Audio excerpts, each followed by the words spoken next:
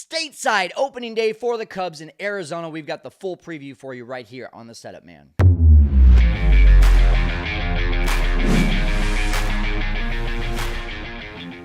Hey, it's March 26th. You're with me, Kyle Stanley, the Setup Man, here on YouTube, on a podcast, wherever you're at. Make sure you are engaging with us. Leave a review, subscribe, like, comment, do it all. Let's have fun as we start the season, let's call it the real season. It's the second season. Nico Horner said we got 4 opening days this year between Tokyo and Arizona and our home opener and then the first games in Sacramento. There's all sorts of openers, but this is the one that really starts the season. Screw those last 2 games in Tokyo. We don't need them. It's the Diamondbacks versus the Cubs. We've got a lot of stuff to talk about to preview this series, but also there's some big news that happened yesterday in regards to Ben Brown and Brad Keller. Before we get into that, make sure that you are marking your calendar. Tomorrow when the game starts, we will be doing another live watch party.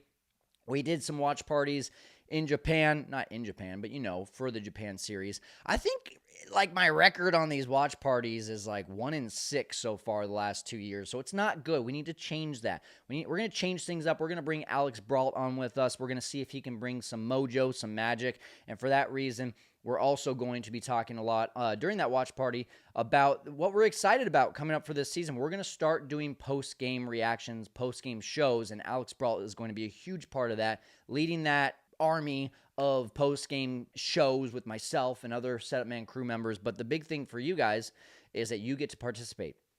You're not just commenting. We're not just flashing up your comments. We're not just, talking about what we thought of the game. We want you to call in and to be a part of what we're doing with these post-game shows. So if you enjoyed Craig Counsell's decisions, if you didn't enjoy Craig Counsell's decisions, if Seiya Suzuki struck out looking in a big spot and you want to rant about that, if he hit a grand slam in a big spot and you want to celebrate that, whatever you want to do, come on in and be a part of these post-games. Sundays, we're going to be going live as a weekend recap from that series. So on this Sunday will be our very first one, where we're talking about the entire Diamondback series. Then on Monday, Tuesday, and Wednesday, we'll be going live right after the games and talking about each of those games individually. So should be a lot of fun. Make sure you join us for those. Just follow us on YouTube, subscribe, and you'll get notified. Now, to the big news. Ben Brown is your 5th starter. Brad Keller is on the 26-man roster, both extremely deserving of these decisions. I think, you always have one guy coming out of spring training that you didn't envision being on the 26-man roster, has a great spring and surprises you, and that was Brad Keller. But we're going to start with Ben Brown. Actually, I love both these moves. Both of these go in the bucket of high-ceiling decisions, and it shows where the Cubs are as an organization. It's one of those things that you have seen in the past few years where you make a decision like Adrian Sampson is your 5th starter or Javier Assad is your 5th starter. Nothing against Javier Assad. He's a very solid starter. He's just not going to eventually be an ace or a number 2 on a pitching staff like Ben Brown has the opportunity to be. Ben Brown right now, it would not surprise me behind Justin Steele and Shota Imanaga if in 2025 he is the most consistent starter when he starts, because he will be probably on an innings limit this year. But if you get 100 innings out of Ben Brown and 100 innings out of Matthew Boyd, and then when Javier Assad comes back, you also get some starts from him, starts from a few other guys. This is going to be a really good season because Ben Brown has the opportunity in those 100 innings to put up a low 3, mid 3 ERA as a starter, and that's a really big lift for this organization, for this pitching staff that badly needed a 5th starter last year, and unfortunately because of injuries, that was put on the shoulders of Kyle Hendricks. So when you look at where the Cubs are from a starting pitching standpoint in 2024 to 2025, assuming health as well, you just blatantly are going to assume that with Ben Brown, this is a significantly better starting staff. What do you say? Put it in the comments. Let me know what you think. And by the way, a lot of people thought I was hating on Ben Brown last week. No, I was not. I was just making some comments in the fact that I was seeing lower velocity, but I would much rather see Ben Brown with a 95 to 96 mile an hour fastball and a dirty death ball coming in for 5-6 innings as a 5th starter than Colin Ray coming in at 91, 92 or wherever he's at and just some average secondary stuff. Yeah, Colin Ray is going to be nice as a swing man and a spot starter every once in a while, but defining Ben Brown as a 5th starter was huge. I love it. Let's do more of this, including Brad Keller. Brad Keller, 98 miles an hour the other day, and most days during spring training, by the way. Dirty hook, striking 2 guys out in an inning. Brad Keller, mark it now. Put it in your calendar. Put it on the notes. March 26th, Kyle said here, Brad Keller will give some saves this year for the Cubs. Brad Keller will be that guy that when we're looking to, hey, Porter Hodge is down because he's either got an injury or he's pitched 3 days in a row, or maybe he's struggling. Maybe he's still averaging 95, 96 instead of 97 plus like he was last year. If Ryan Presley is Ryan Stressley, if Ryan Brazier is looking like the Red Sox Ryan Brazier, not the Dodgers Ryan Brazier, who are we going to? Yeah, we've got Julian Merriweather. Yeah, we've got Nate Pearson. But Brad Keller brings incredible experience. Been pitching since 2019, and he re-found himself with the Red Sox last year in Craig Breslow, former Cub. Thank you, Craig Breslow. Knew you would still be impacting us even though you're not a Cub anymore. This is a guy that the Cubs are getting at the right moment with the right guy in Tyler Zombro who loves him. And for that reason, this is going to be a huge pickup that is going to make impact, I believe. Don't expect it right out of the gates. Don't expect him to come in and start closing games in April. But when you see any of these guys struggle and you look at experience in the bullpen, that is Brad Keller. Brad Keller's got that experience and he's got the stuff. I expect some saves out of Brad Keller this year. I'm not saying he's going to be the closer. I'm saying he's going to get some saves, though. There's your news. In terms of the 26-man roster and what it's looking like, none of this is 100% official, but this is what we are assuming at this moment. You're, from a pitching standpoint to start out, your 5 starters, Matthew Boyd, Justin Steele, Shota Imanaga, Jamison Tyone, Ben Brown. In the bullpen, Ryan Brazier, Porter Hodge, Julian Merriweather, Ryan Presley, Nate Pearson, Caleb Thielbar, you got Brad Keller, and Colin Ray. And then you've also got as your 2 catchers, Miguel Amaya, Carson Kelly. On the infield, we're assuming that Vidal Brujan is going to be starting the season on the IL, which is actually very good news for decision makers within the Cubs organization because they were either going to have to keep Brujan or keep Workman and DFA one or the other. But now that Brujan is dealing with a little issue, he's going to be able to go on the IL. Workman goes in as the 26th man, along with Michael Busch, Nico Horner, Matt Shaw, Dansby Swanson, Justin Turner, and John Birdie. Hey, Nico Horner only got 8 at-bats during spring training. Are you worried about him? You think he's good enough as a veteran second baseman that he's going to go in there and start hitting right away? Let me know what you think in the comments. And then your outfielders, Pete Crow Armstrong, Ian Happ, Seiya Suzuki, Kyle Tucker. You got to imagine if any of those guys go down, Kevin Alcantara will be the first one to get called up. So there's your 26 men. Let's go ahead and move on to the preview for the Diamondbacks series. All right, I'm going to be completely honest. Guys, I will not be surprised if the Cubs are 1-5. God forbid, I don't think they're going to be 0-6, but I would not be surprised if they are 1-5 coming out of this series. Arizona's tough. Arizona's, even though they're staying in Arizona, that's the only thing I would say is really beneficial to the Cubs right now is that they're staying in Arizona from spring training. There's no travel. They get to just be in their comfort zone for the next day or so. The last few years have not been very friendly to the Cubs in regards to the Diamondbacks. Now, last year they split 3-3. In 2023, they lost 6 of 7, and that was the deciding factor of the Cubs missing out on the playoffs. Meanwhile, the Diamondbacks make it to the World Series.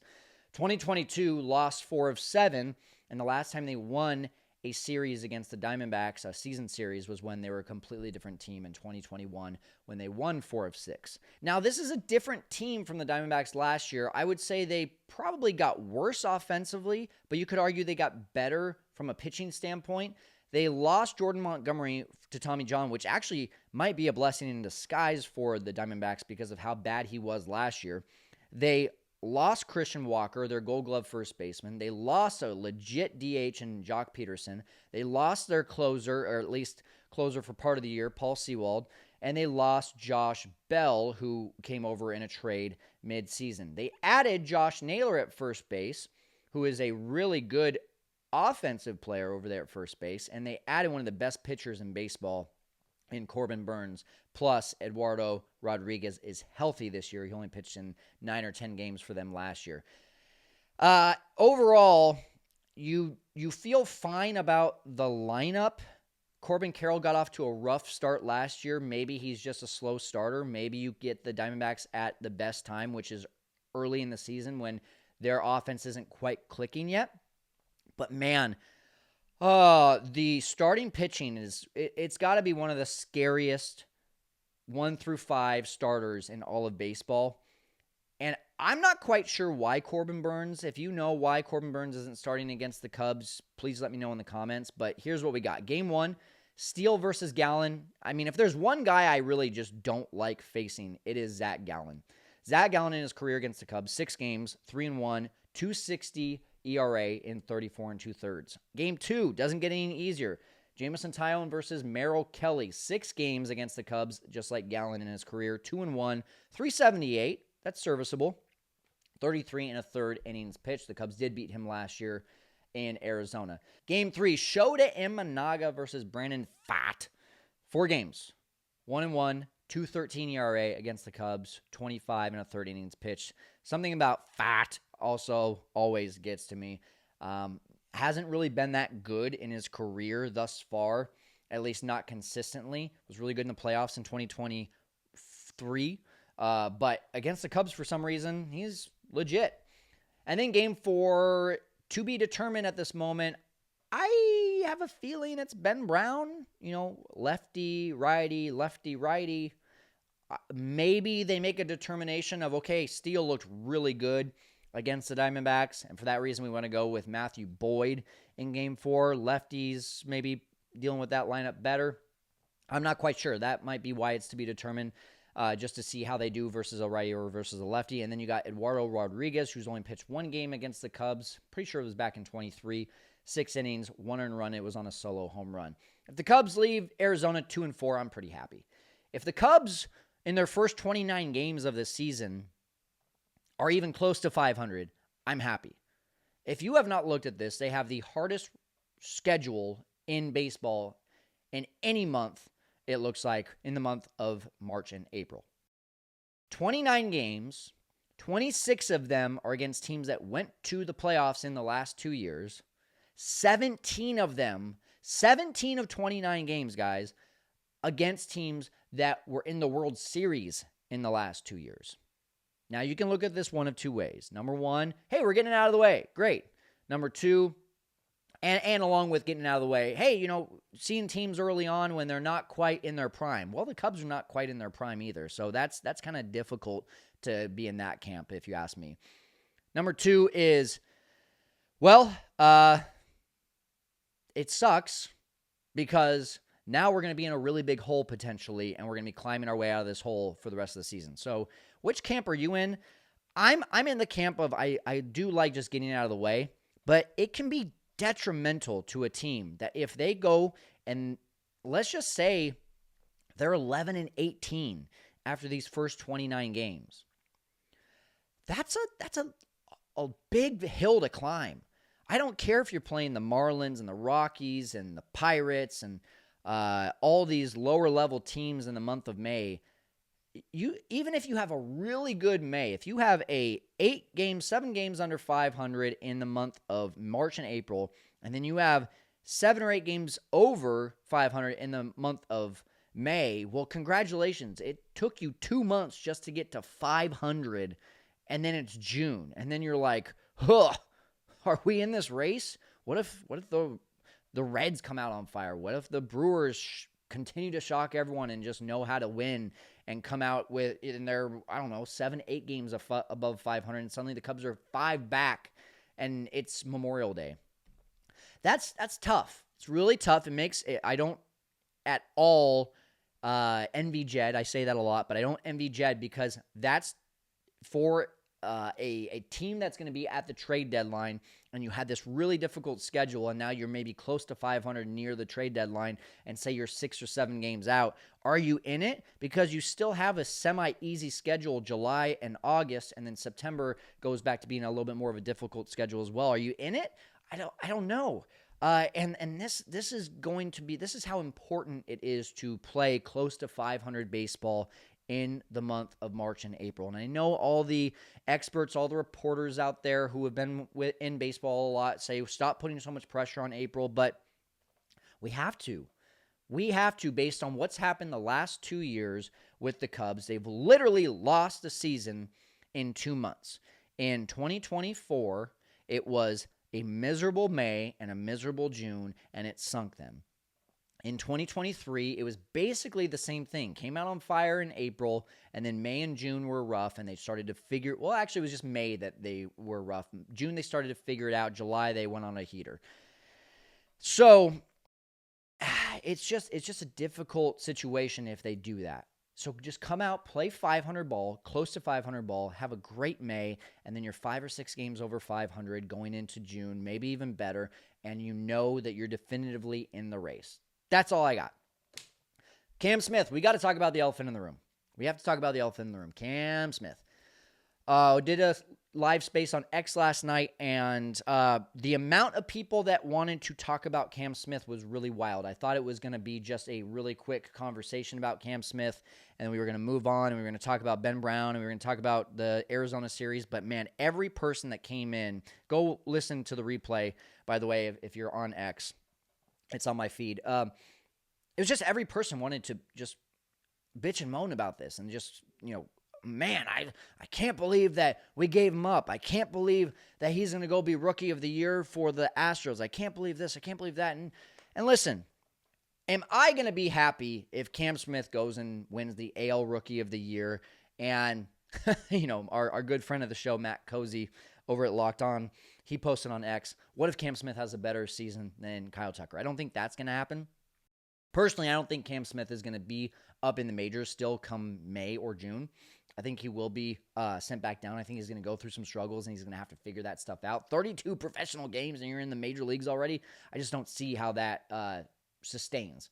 Anyway, to those who are furious, I've got some questions for you, and please feel free to answer these. And I'm not taking this stance of like you're wrong. I'm taking a stance of we have to step back and we have to remember what that decision felt like when the Cubs traded for Kyle Tucker. The first question is, if that deal didn't happen, let's say that Jeff Passan, Joel Sherman, whoever out there, Bob Nightingale, they all are around it and they leak. The Cubs missed out on Kyle Tucker because Jed Hoyer was unwilling to trade Cam Smith. It would have been Isak Paredes, Hayden Wesneski, meh, and Cam Smith. Ooh, that's kind of our reaction. Oh, Cam Smith was the guy that has to go. Okay, well, I don't know about you. I personally, when I asked that question, my answer to that is if I found out that Cam Smith was what held up this trade, I would have been like, get some balls, Jed Hoyer. What are we doing? We have a huge farm system for one or two reasons. One, to call the guys up, or two, to trade them so that we can get superstars. So if you don't trade Cam Smith to get a superstar, then you're thinking one-dimensionally with the farm system. Where do you put Cam Smith? Where do you put Owen Casey? Where do you put Kevin Alcantara? Where do you put James Triantos? These guys don't have an avenue to play in 2025. So for that reason, and let's just play that game for a second. Say Cam Smith stays with this team. I've got some notes written down here. When do we see him? Assuming Matt Shaw is our third baseman for 2025, and he comes in and he meets projections from a Fangraph standpoint right around a 2 to 2.5 WAR, he's your third baseman. He's not moving. If he's around a 2+ WAR, he is your third baseman. Cam Smith isn't coming in there unless there's an injury. Even then, Cam Smith in 2025 probably starts in Double-A with the Chicago Cubs organization. So then, okay, Nico Hoerner is signed through 2026. Are you trading Nico Hoerner, who you haven't been able to trade the last, call it, year, to move Matt Shaw over to second base and then Cam Smith in 2026? It's possible. The likelihood, I don't think, is high. So where do you put him? Is he now your DH? Well, Seiya Suzuki has a no trade clause. He's here until 2026. This is the puzzle that Jed Hoyer has to deal with when he thinks about where are these players going to fit in. So then, what if there's a lockout in 2027, which everyone keeps on talking about? This seems inevitable. So Cam Smith isn't playing until 2028, or at least not as a starter till 2028. Maybe he makes some appearances in 2026. I mean, he's 25 years old at that time, and that's basically like having Michael Busch come in and be your everyday guy like he was in 2024 for the Cubs. He's an old prospect. I just thought of Old Prospector from SNL, Will Ferrell. The last name is Chiggins. CHIGGINS. Anyway, so when I think about this situation, that's what I'm asking you guys. Do you think about these things, or are you just straight up mad that we can't have our cake and eat it too? We can't have Kyle Tucker and Cam Smith, which is also, by the way, a very legitimate thing. Why can't we just go and add Juan Soto and have Cam Smith? Yes, 100%. That could have been a thing, but Tom Ricketts isn't willing to spend, and we can't control that. So we have to look at the organization that we have, and they are playing the game of, we built up the farm system for one of two reasons: for them to play and be superstars or serviceable MLB players, or to be able to be traded to get superstars or serviceable MLB players. And that's exactly what we got. Now, one other question. And by the way, this is all 100%. I'm in the same camp as everyone here. If Kyle Tucker doesn't get extended and Cam Smith goes and wins Rookie of the Year, yes, I'm upset. Re-sign Kyle Tucker. I'm going to get to that in a second. Now, the rumors also had it that Matt Shaw was the original top choice for the Astros instead of Cam Smith. Go back to December. Again, I'm asking you to remember how you felt here. Go back to December. What if that trade did go down, but it was Hayden Wesneski, Isak Paredes, and Matt Shaw? How many of you would still have been like, oh yeah, that's the right move? I don't think I would have. I think Matt Shaw has the potential. Superstar? I don't know. Maybe Matt Shaw, was going to fill a really big need for the Cubs. So if they get rid of a third baseman, get a right fielder that's a superstar, who's your third baseman now? Those are the things that's like, I don't know. Now it feels like there's a huge hole there. So would you rather have given away Matt Shaw or Cam Smith December of 2024? Which one is worse? Which one is better? And then you'll say, well, I would rather get rid of James Triantos. I'd rather get rid of, Owen Casey. I'd rather get rid of Kevin Alcantara. It's not a video game. The Astros didn't ask for those players, which is crazy now because now they have outfield issues. They should have asked for those players. But they didn't have those desires for those players. So what are you going to do? If Cam Smith was the hang-up, I think the majority of us would have been really upset if that is what we found out. Let me know in the comments. Now, here is one really good point by our Setup Man crew member, Sean Hendrickson, and he also had a really good post that I'm going to share with you as well.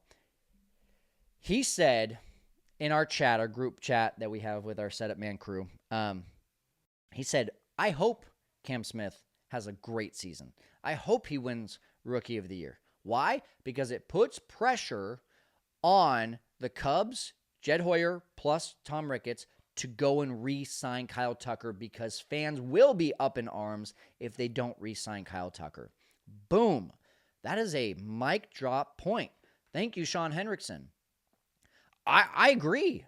Like, if this is potentially a blessing in disguise that Cam Smith gets called up, he has an amazing Rookie of the Year season, you will see Cubs fans screaming at the top of their lungs during the offseason, going into the offseason, maybe even this entire season, Tom Ricketts, Jed Hoyer, you re-sign this guy right freaking now.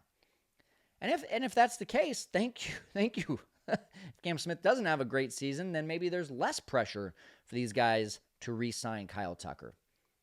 It's a good thought. It's a good point.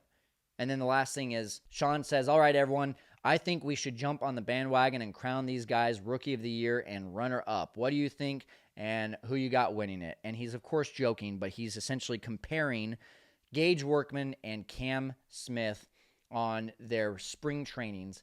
Take a look at this. Gage Workman actually had a better spring training, arguably, than Cam Smith. 44 at-bats compared to Cam Smith's 38, had a 364 average compared to 342, 4 home runs, both of them did, 15 RBIs for Gage, 11 for Smith, 3 stolen bases from Gage Workman, none from Cam Smith. They both had virtually the same OPS, 1125 versus 1130. And here's the thing. You look at that and you say, well, Gage Workman is making the team, so you tell me that Cam Smith wasn't going to make the team? Yeah, I absolutely tell you that Cam Smith's not going to make the team. Why does Gage Workman make the team? Because he's a Rule 5 guy. We had to make that decision. Cam Smith is still 22 years old, just out of college, isn't even a year out of college yet, and has 32 professional games. The Cubs don't like rushing guys. Why would they rush him? They are forced to essentially, quote-unquote, rush Gage Workman, and it would be silly for him not to make this team based on how good of a spring he's had, because if he doesn't, goes back to Detroit. Bye-bye, Gage Workman. All right, that's going to be it for here on The Setup Man. I'm going to go put my arm on ice. We will see you Thursday for the watch party when we start the season in Arizona.